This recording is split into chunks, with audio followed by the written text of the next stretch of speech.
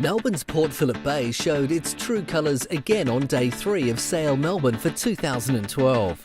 A very strong breeze and an increase in wave size forced officials to put all racing on standby. So what we're doing now is we're putting all the flags up, which is AP over H, and that's a signal for all boats to stay on shore. And then as the breeze dies down a little bit and we think it's sailable, then we'll release each class one by one. So that gives us a controlled exit to the racetrack. Once again, it's very windy here on Port Phillip Bay, and southwesterly here with the frontal systems coming through. Breeze is pushing the 30-knot barrier, and the waves are standing up quite high. Although a lot of the competitors would like to be out there going and reaching around, and it comes a question of safety. Now, if we look out on the water, we can see that we've actually got quite some real surfing conditions in front of the club here. We've got to be very mindful that the sea conditions are appropriate that allows our athletes, the yachties, the ability to sail through the waves. Fortunately, I think the breeze will drop down as the day goes on. The kiteboarding will be going, as we see now, on time over at the Hampton Beach. The kiteboarders were the first fleet to hit the water.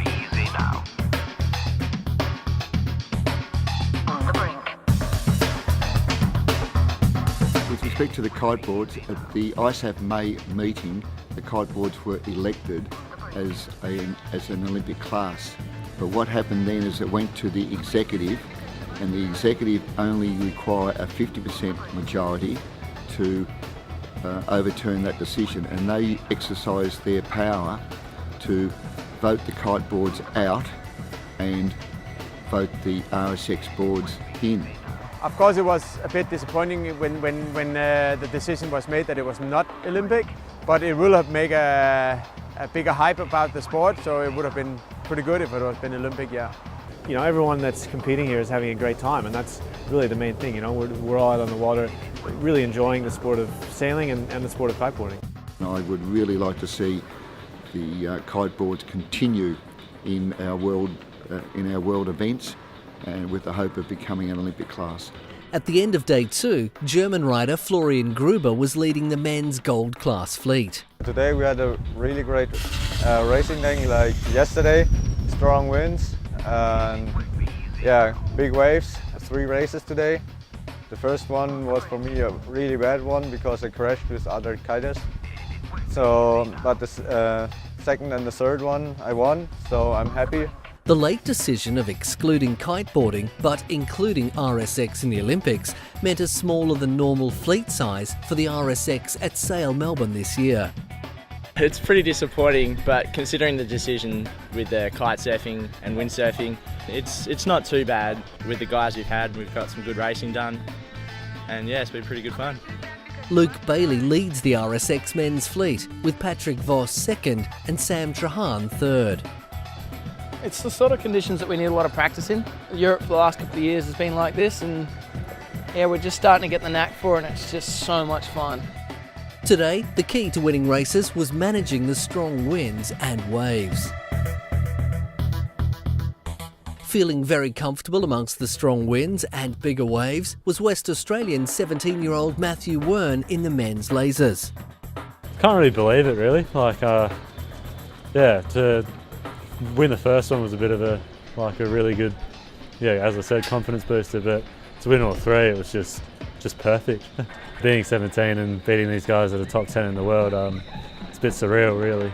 The 3 wins has put Wern in the overall lead, 3 points ahead of fellow Australian Tom Burton. Sail in every condition, so kind of used to anything, but him coming from Perth, waves, big breeze, we'll get something different tomorrow, so we'll see how we go. In the laser radial fleet, 2-time Olympian Crystal Weir kept her perfect scores going with 3 wins.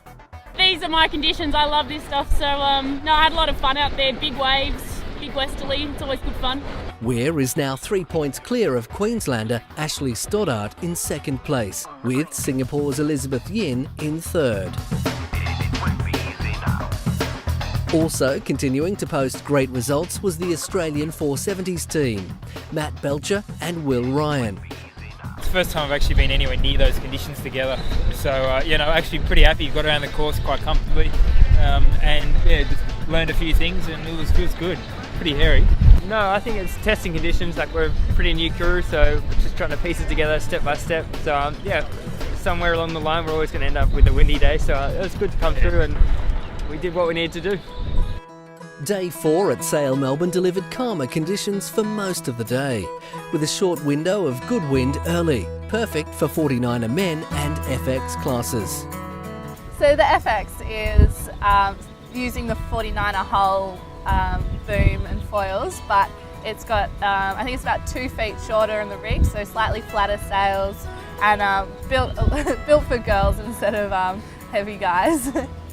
FX and a 29er, first of all, it's got a lot more power in it, and it also is a 49er hull, so it's the exact same as the 49er, but it has a smaller rig.